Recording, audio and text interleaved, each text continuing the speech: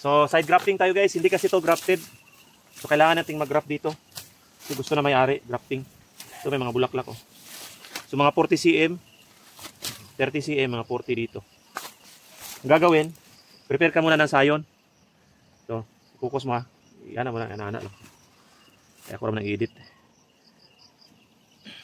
So, ang gagawin, prepare ka muna ng sayon. Kuha ka doon sa good sayon.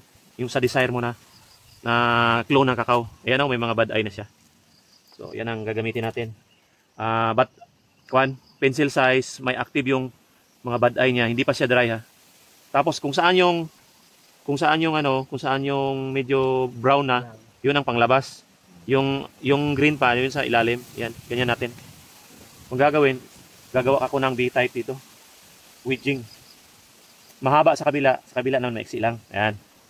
Wedging. Yan ang isusuksok natin dito sa ilalim. Tapos, ayan, ito na. Ayan. Yan na po. Pwede natin ikat dito. Ito yung mga pang Indonesia na technique. Yan. Tapos, tanggalin to.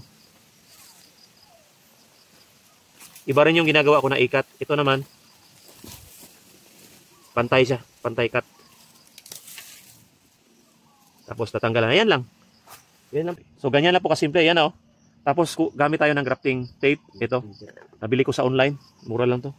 Dapat kasi ano siya nababanat. Ayan o. Tapos matibay. Higpitan ko muna dito sa ilalim. Ito.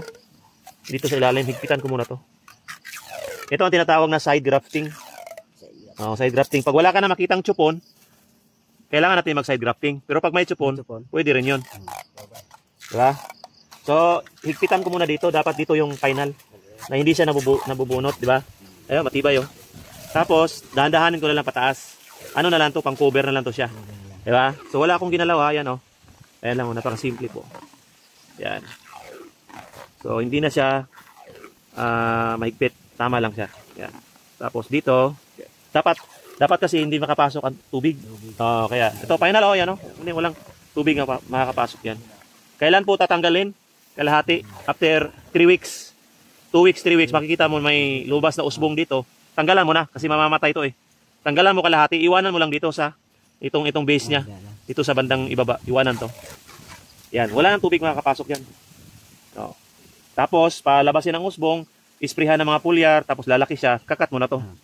Malinis ang pagkakat dapat pag ganun. Para siya na yung papalit. Ganyan na kasimple mga kaulaban na Ayan na po siya. So hindi siya grafted eh. Ito hindi grafted. Tapos nag-graft tayo dyan. Ayan.